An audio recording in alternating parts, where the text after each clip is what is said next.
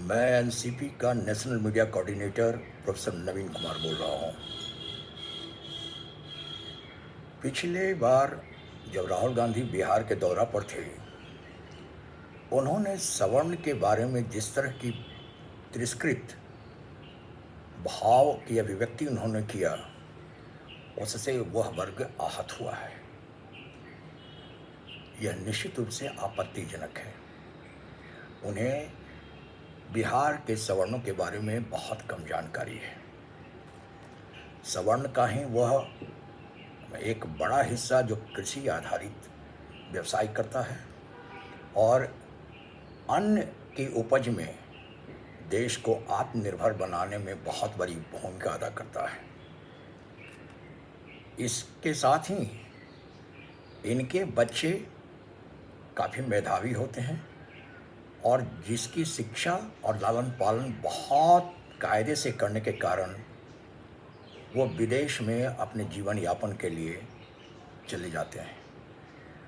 इतना ही नहीं, उनके बच्चे वहाँ से जो पैसे अपने परिवार के लिए भेजते हैं, उससे देश के विदेश मुद्रा भंडार भी काफ़ी रिच हो जाता है, उसमें भी बढ़ोतरी होती है।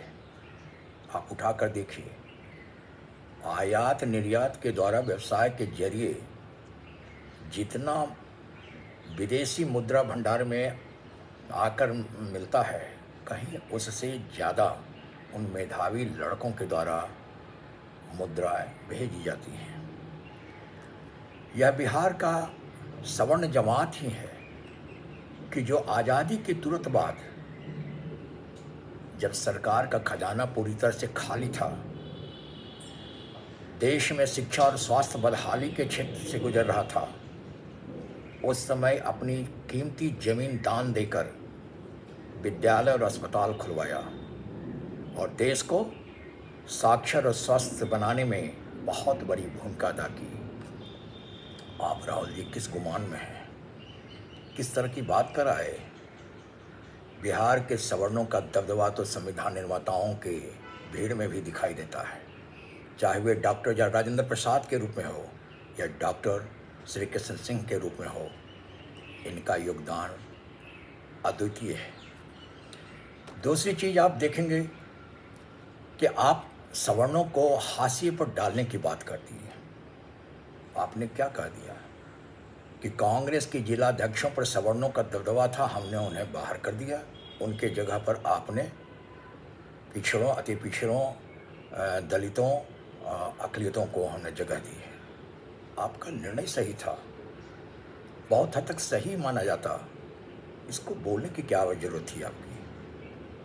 आपकी पार्टी है, आपके परिवार की पार्टी है, आप कुछ भी निर्णय लें, स्वीकार होता है उनके कार्यकर्ताओं को। फिर आप यह बात कहकर सवर्णों में उद्वेलित या उत्तेजना पैदा करने की कोशिश आप कर रहे थे। क्या आप भूल कर रहे हैं? आपको देखना है कि संसाधनों तक समान पहुंच बने, ये सरकार की ज़रूरत है। राहुल जी, आप सरकार में नहीं हैं और सवर्णों को असंतुष्ट करके बिहार में सरकार में आ भी नहीं सकते हैं। बिहार का इतिहास बताता है कि सवर्णों का झुकाव जिस ओर रहता है, सत्ता उधर ही मुड़ जाती है। कल कांग्रेस के साथ थी, आपने 50-60 वर्षों तक राज किया। उसके बाद लालू जी आए, सवर्णों का झुकाव उधर भी था शुरुआती दौर में। आज नीतीश कुमार जी भी हैं, या बीजेपी डबल इंजन की सरकार है, तो सवर्णों की भूमिका बहुत अहम है इसमें। इसको स्वीकार करना होगा। इसको नाराज करके बिहार में कोई सत्ता पर काबिज हो नहीं सकता है, सत्ता चला भी नहीं सकता है। अब आगे आपको देखना है कि आपकी राजनीति बहुत महंगी और बाजार से गाइडेड होती है। आपके नेता एसी से चलते हैं, एसी में रहते हैं और जनता से जुड़ने के लिए ज़मीन पर उतरना पड़ता है। अभी तक आप और आपके ये नेता में या कार्यकर्ताओं में इस तरह की सोच पनपी नहीं है, और यही आपके हाशिए पर पड़े रहने का कारण भी है। जनता से सेवा और समर्पण मांगते तो हो, लेकिन अपनी सुविधाओं को छोड़ना चाहते नहीं हैं। तो कैसे होगा? यह लालसा त्यागना होगा। साथ में आप अपने कार्यकर्ताओं को ट्रेनिंग देनी होगी कि आपके गलत नीतियों का खुलकर विरोध करें, ना कि सही ठहराने के लिए थोथी दलील दे। इससे आपका और आपके पार्टी को नुकसान हो रहा है। आप अगर सवर्णों को नाराज करते रहेंगे तो विश्वास कीजिए, इस सदी में बिहार में सत्ता हासिल नहीं कर सकते हैं। यह आपको समझना होगा। जय हिंद, धन्यवाद।